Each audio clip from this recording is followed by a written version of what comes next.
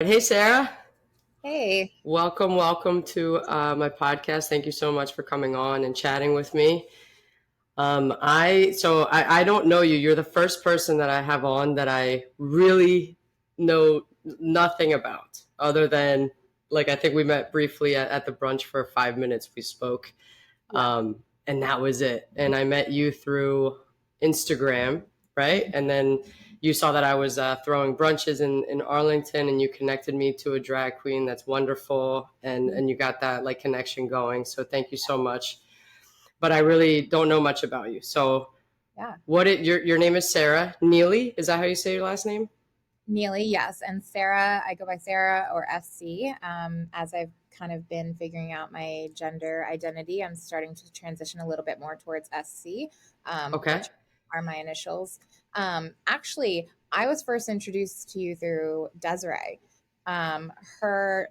Soren, her daughter, uh, Yeah. was in NICU, and I had a NICU baby, and was born in between like my two kids. And Yeah. so we were in contact a lot while she was going through obviously a really rough time. Oh And my gosh. on the ultimatum, and Desiree was like, "That's my friend Natasha," and I was like, "What?" Yeah. And so I haven't seen her in so long. that's how I was introduced to you. Wow. Yeah, Wow, that's good to know. That's a dear friend of mine. I mean, I haven't seen her in so long. I think she's moving like yeah, next month to California. yeah, That's crazy. Well, I'm glad you reached out though because you built like a beautiful connection to now a drag brunch, and Evita's amazing. yeah. So thank you for that. And so what do you identify as now? So right now, I'm queer and non-binary are the terms I prefer the most. Queer and non-binary. Okay. So what do you want me to refer to you as?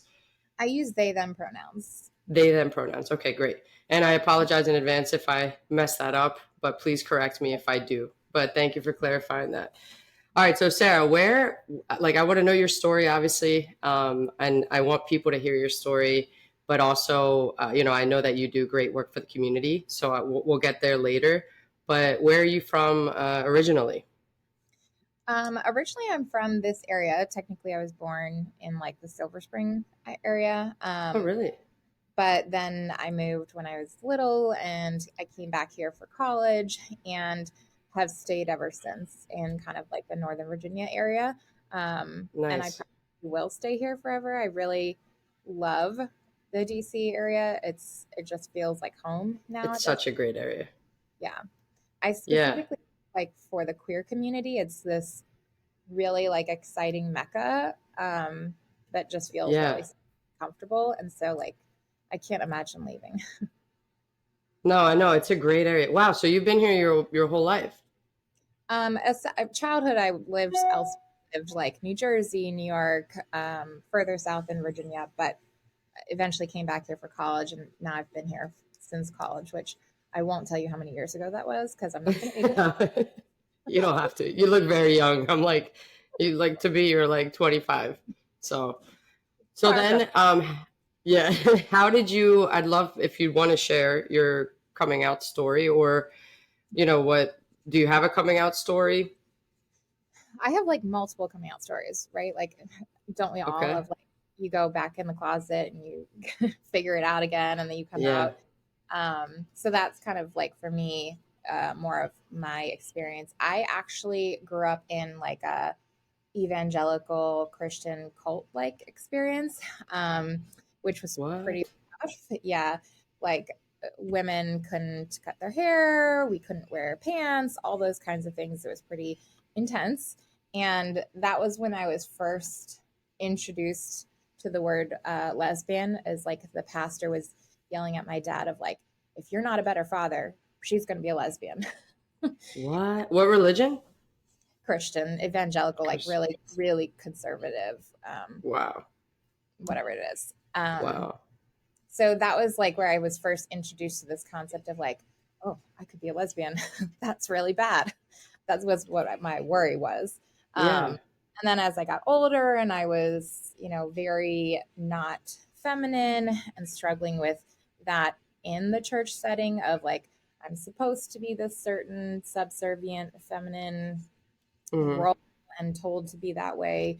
And I just didn't fit me. And So then I used like tomboy for a long time, right? Like that Right. was called me is like, oh, well, she's just a tomboy. And in high school, I like briefly tried to come out of the closet with going to prom with a girl, and my parents like eviscerated me. So then I was like, never mind, we're just friends, and went back in the closet. Oh no. So you knew you liked women from like from a young age, or was it more of like a later I blossom? No, I think I've always known, but I was just like, I felt a lot of shame around it and was constantly like trying to convince myself that I didn't feel that way. Right. Um, so when I say, did I know? I knew, but it's like a different version of knowing. You know, it was like something I wouldn't Right. admit to myself, kind of thing. Yeah. I'm just I like, feel like we all go through that for a little bit at least. yeah, I'm just like, I have really intense, very strong feelings for my best female friend. Yeah. We're so that's I it. find them really attractive. Why? It is, right? That's just what it is. Yeah. And Oh then my it's gosh. maybe it's not just friendship. Wow. So how did you I mean move on from that, and do you speak to your family? Do they accept you, or did they? What's the No, story?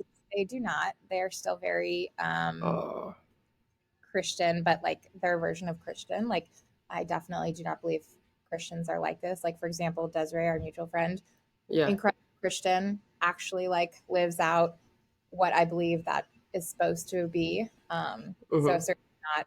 Um, I certainly recognize that there are a lot of people out there who live up to a much healthier version of what Christianity is, but that's just not been my experience growing up. Um, but yeah, so then in college, I had a best female friend who was obviously felt a lot more for her than a friend, but like we were on and off for like 4 years, and my parents only saw her as a friend, like that's all that they would see. And Right. uh, when she and I ended that, um, I went back into the closet kind of again, slash never came out, and was like, you know what I should do? I should marry a white male police officer Republican. Oh my God. So then I did that. Extremist. You did Yeah, that? yeah, I did that. What? At 22, I got married to the person that I was like, my family's going to like this person and it's going to make For me, your family, I mean, to make them happy. yeah, Gosh. it made them very happy. That's exactly what they wanted. But So many people do that. It's wild to me, you know? Like we always I don't know, we don't live for ourselves, we live for our families, and it's like you live life is so short, like why it's hard though. It's hard because you know, you have the risk of losing your family obviously if you come out and you are who you are, which is sad. yeah, and it That's it was more than a risk, right? Like they were very vocally clear. Like I can't repeat the things that they have said. It's right. color, Wow. but like they were very clear that that was, you know, any sort of non cis het lifestyle was absolutely not welcome and was considered sinful and going to hell. And so um, Wow. So that's when you just, married him, I mean, did you have like a big wedding and all of that? yeah, So they all, loved him, I'm assuming. yeah, loved it, loved him, thought he was amazing. Um, and he was fine. But like, obviously, I But wasn't you happy. weren't happy. Yeah. And then he wasn't fine, right? And he kind of, you know, turned out not to be a super great guy. Still, I was really stuck in like the church culture of like, you can't get divorced, right? Like, Right? my parents are divorced, but for whatever reason, Oh, when they the, are divorced? yeah, but Like, like, what? not allowed to get divorced. That's how this stuff works, right? Like, do as I say, not as I do. Like, Yep, yep. it's a mess. It just makes me laugh. So hypocritical. It's so hypocritical. I don't get But it. time when you're 22 years old or early mid 20s, I got Yeah. divorced eventually when I was 27 to 28 is when I got divorced. But I only got divorced when I found out he had cheated on me. And when I found out he had cheated on me, I was so relieved. You're like, this is my way out. I was like, it says in the Bible he can't be infidelity is a reason for divorce. I'm allowed out. You're like, sign the divorce papers. You cheated. Oh man. So that's what you did? Yeah, 100%. The moment I found out, I was like, yes. You're like, hell yeah. Oops, something dropped. That's all right. It's my glasses. Wow. So you got divorced. How long were you married for? It's about 6 years. 6 years. Yeah. Wow. But no children together? No, I knew from like day one. I was like, this is not who I want to be the father of my kids. Wow. Okay. So 6 years. So you got divorced to him, and then what? Like, how did you? What happened from there? Um, I decided to go back to grad school. I was kind of in a, I was during the all of my 20s and during those 6 years, I was kind of in a like trying to figure out who I am, career wise, all Right. that kind of stuff too. I was writing novels. I still write novels. Um, Really? yeah, so I was writing romance novels and publishing them, Oh. doing for work, and I loved it. I still do write that now, although my romance novels over time have transitioned to queer romance. Obviously, as I have also transitioned, they've kind of followed with me. Um, and so Wow. back then, I was writing, cis het straight romance, and so that was great, and I liked it, but it still wasn't like as fulfilling as I knew like I wanted to do something in terms of like mental health and counseling. It's always Yeah. something I wanted to do, but I just wasn't, I think, in a healthy enough place To myself to do like it. go do that. So once Right. I got divorced, I was like, you know what? I've always wanted to do this. I'm going to go back to grad school and give it a try. And so that's what I did. As I went back to school for counseling and went through residency, and now I'm a therapist. So, That's and that, so cool. Yeah, I remember you telling me that, and I was like, we have to do a podcast so people can yeah, reach out and know what you do. So you're what kind of therapist do you have? Like a specialty or just general? well, you would be shocked to hear that I specialize in religious trauma. Oh, it really. I wonder where that came from. Where did that come from? Yeah, but you have firsthand experience, right? Yeah, Like I feel like that makes you such a great therapist then. yeah.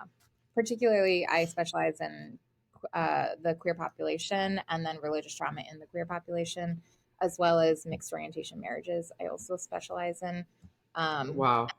the practice that I own in Arlington is all queer therapists for queer clients. Like we really focus on like the lived experience piece because that means so much to me to one, Yeah.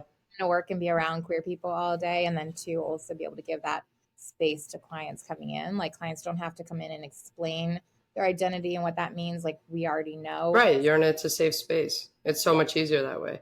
Yeah. So you feel like do you feel that you're seeing a lot of your clients like they've gone through the same thing or similar situations than you? Lots of religious trauma in the queer community. Really? Still. Very high percentage. And there's a lot of thoughts out there that like, you know, Wow. with the times things are changing or people are or families are more accepting and it may be true in some places, but it's still really not.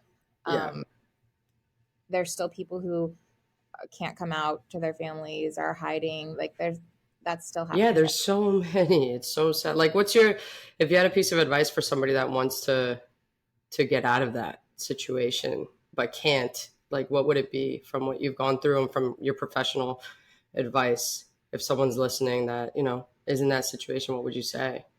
I know I'm putting you on the spot, but No, I think it's very fair. I think it gets more complicated when you think about like resources and privilege and availability, right? Like as a white person, I've had more privilege to be able to get out of situations that I don't know if I could have in other ways.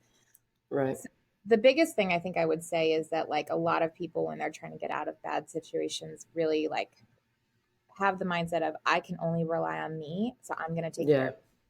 And I would say push away from that mindset as much as possible and ask for help from safe people. Like the more you can find safe people, find community, find support, that's how you're going to be successful and find safety and happiness. However, the trauma response is to do the opposite, is to isolate and say like I can only take care of and lean on me. Yeah. Yeah, and find a good support system and know that there are resources out there. And I know a lot of people that I've come across, like, they don't have insurance and things like that, and it holds them back from reaching out. But, yeah, and I don't know if you I mean, they can reach out. We'll put your Instagram and stuff like that. So if they have any Yeah. questions, but yeah, I find that I'm not religious because I feel like, my personal opinion, like I feel like religion just divides and separates Mhm. instead of bringing people together, but to each their own, right? Yeah. Yeah. So what do you think that you're gonna continue to do? Like, where do you see yourself in 10 years? Is this a I guess position or a job that, I mean, fulfills you and satisfies you, that you see that you're going to be doing forever? Do you want to do more like outreach? Like, what's the impact that you want to continue to do? I think it's twofold. Is one, I love being a therapist and working with clients, but two, I also really want to teach and engage new therapists in this field. Um, Yeah. the reason me and my colleagues came together to kind of create this group practice of all queer clinicians is that all of us came through trainings and residencies that we were always like the only gay person on staff, or Mm, we were just like we were the go-to for all the questions like, oh, there's a queer client, you have to right. ask, like they must know the answer. And the places were affirming, but that's different than like actually being competent and working with this population. And it's very different, particularly with like queer couples, like couples therapy with a cis het couple. I do a lot of couples, but Oh, queer you do couples. couples counseling? Yeah, I do a lot of couples, queer That's couples, great. specifically. Yeah. It's totally different than like a cis het couple. Just totally different things. So I would like to start training as I go forward new therapists and residents to give them spaces where they can work with this population and become competent in a space that they don't feel like they're the they're the only one. Yeah. And how many therapists are in your practice? Right now we have 4 and one more starting this summer. Wow, that's fantastic. I didn't even know you were in Arlington. Yeah, That's I'm in so Ireland. close. That's Yeah, great. And are you still writing or no? I am taking a break in 2024, but I just finished January 1st. I turned in my 30th novel. So 30th novel? yeah, What? yeah. So that one will come out like in December. Um, and I'll take a couple more Wow. before I write something else. But 30th novel? Like, I'm in shock. 30th novel? Like, how long has it taken? Like, when did you start? I I first published when I was 23. So it's been like 12 years now. Wow. How long does it take you to write one novel? Um 3 to 6 months I would say, depending on the genre and the type of novel. Right. Some genres Wow. I'm gonna have to get one of those. That's crazy. Where can we find the novels that you're published? I write under the pen name Sarah Robinson. Sarah Oh yeah, that's your Instagram, right? Sarah Robinson, Well, isn't I it? changed my Instagram to SC Nealy now, so that's what I'm Mm. going as now. But that was Wow. the name. So And do you find that, I mean, are you writing like based on your own life experiences and what you're going through, or is it I think like what? there's pieces of me in everything, right? But nothing like fully biographical, but just like pieces. Particular, Wow. my most recent series is like lesbian romances, and I really set in the DC area, so I really like try and highlight a bunch of like my friends and people I know and places Yeah. I know and like local spots and things like that. So I like to include that kind of stuff, but um nothing fully autobiographical. I feel like you should be the one producing a reality show, right? Like you have like all the materials for it.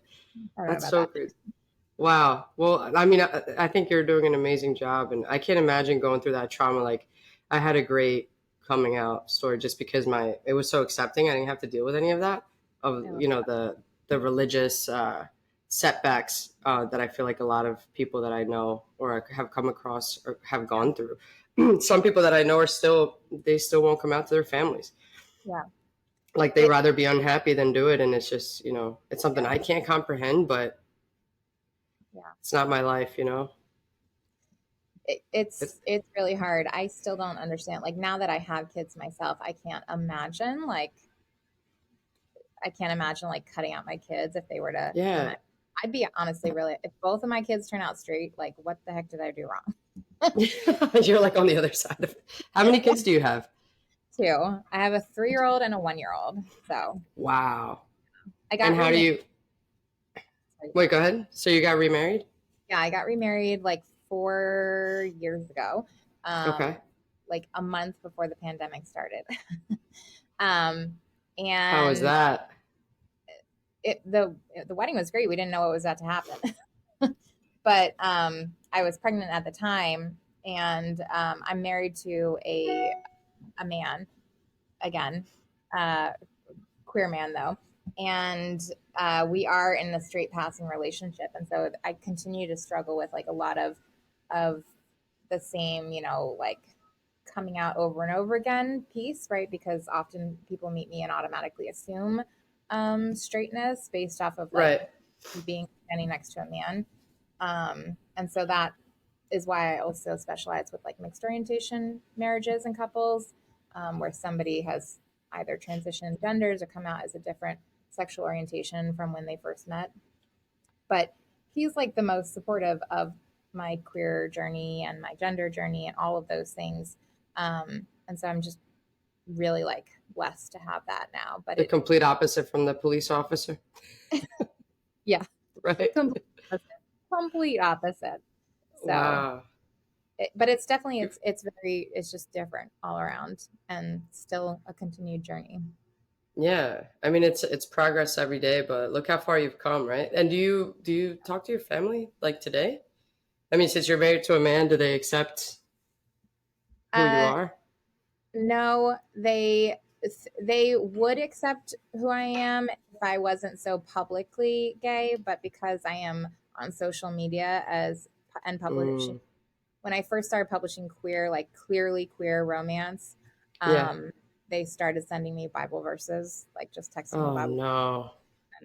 So last time I spoke to my dad was Christmas last year, and we got into a big argument with a bunch of Bible verses being sent my way of like, I don't know, all the sinful things I'm doing. Like wearing leggings is a sin, right? Because men could see my figure and have temptations. So like, Yeah, I mean that's so with your kids, how are you raising them with religion as far as religion goes? we I identify as Christian, but like safe Christian in terms of like I believe in a higher power, I believe in a God, and I believe that like I'm loved just as I am and none of that other stuff. And for my kids, I my husband is Jewish, so I also like Oh, okay. we introduce the kids to all of that too. More so, I just want to introduce them to everything. When they have friends of a different faith, I want them to know those faiths as well. And then Yeah. as older, they get to decide themselves what they believe. Yeah. I want to expose them to all of it and then let them figure out what they believe. I love that. Yeah, I feel like if you're not harming somebody, like if you're not doing anything like that, like just accept who someone decides to be, you Yeah. know? It's life is so short. Yeah. But anyway, what all right, I have two questions left for you. One is what's your favorite novel? I'm curious because I want to get it. So what's your favorite novel that you've My read? favorite novel. Um, that I've written. Yeah. What was I thought you were talking about somebody else. Okay, so my No. Baby Bank, and it's a story Baby about pig. yeah, it's a story about a woman who is in her mid 30s and decides she wants to become a mom, but she's single, and so she goes the sperm donor route, and then falls in love with her sperm donor's sister. That's a movie with but so that's a movie I saw, but it's the daughter. It's two moms and the daughter. After she turns 18, she wants to find her dad, which is the sperm donor. Finds him, and then he falls in love with one of the lesbians. Like they start sleeping together. Oh wow, Baby Exactly. Bank. I like that. Yeah, I and feel like maybe that's happened. it's based on or loosely based on how friends of mine became parents. Is that she and her wife used an app to swipe for sperm. It's a real app. It is out There's an there. app for that. Absolutely, yeah. And What? What's the app? The actual app is called Just a Baby. I call it Baby Bank in the book, but they met up, and Wow. the guy left his deposit in the hotel room, and then she and her wife went in and got her pregnant. And now there's like a Facebook group for him and all of the women he's impregnated. And so they have like little reunions with all their Wait, this half. is real life? Yes, real life. They have like reunions with all their little half. Yo, it's nothing surprises me anymore. Oh my God. Extended family. So that concept is what I based it on. But it's not so you have to meet up with the person and sleep with them kind of thing. No, he left his deposit in like a collection cup. Oh, I thought you were talking about money. It's trying to be full. So it's like a Tinder. It's a Tinder for sperm, just for sperm. Yeah. Yeah. Wow. That's interesting. I've learned so much in 25 minutes. It's free. It's donations, but it's like, you have, as with Tinder, you have to be discerning. Yeah. I'd be too scared to do that. That's Yeah. crazy. Wow, Sarah. Well, thank you so much for joining. Like I want to put up like your business Instagram and everything so people could reach out. And I feel like everyone should go through to a therapist at some point, or ongoing therapy, just because we evolve and things change and life's just hard as it is, you know? So the work you're doing is incredible, and having like a practice just with queer therapists is so welcoming, and it's something you don't see all of the time, you know. Like when I look for therapists, I've gone to therapy since I was like over 10 years, right? When I started accepting it, like, you know, you're young and you're like, I don't need therapy. But I think when I turned 25, I started going, and I found that like going to therapy is like dating. It's like not every therapist, just because they're a therapist, is the one for you. So it's like dating the therapist, and if it doesn't work, it's okay to move on to another one. But it's always so hard to find a queer one that understands, because I've gone to many like hetero men and women, and I don't know, it's so different. They're just like, It's not the same. they just don't understand. I mean, you can't understand, right? So I feel like the impact that you have in the community is insane. So We're trying. We also we don't take insurance because we don't believe ethically in like the things insurance makes you do, like give diagnoses off the bat and stuff like that. yeah. But we do keep 20% of our caseload as for sliding scale only. So we want to try and be as accessible to all demographics. Oh wow, that's awesome. I mean, I'm looking for a new therapist, so maybe I'm gonna hit you up. Well, it can't be me, but there are other It people can't here. be you, but yeah, if there are other people, that's so cool.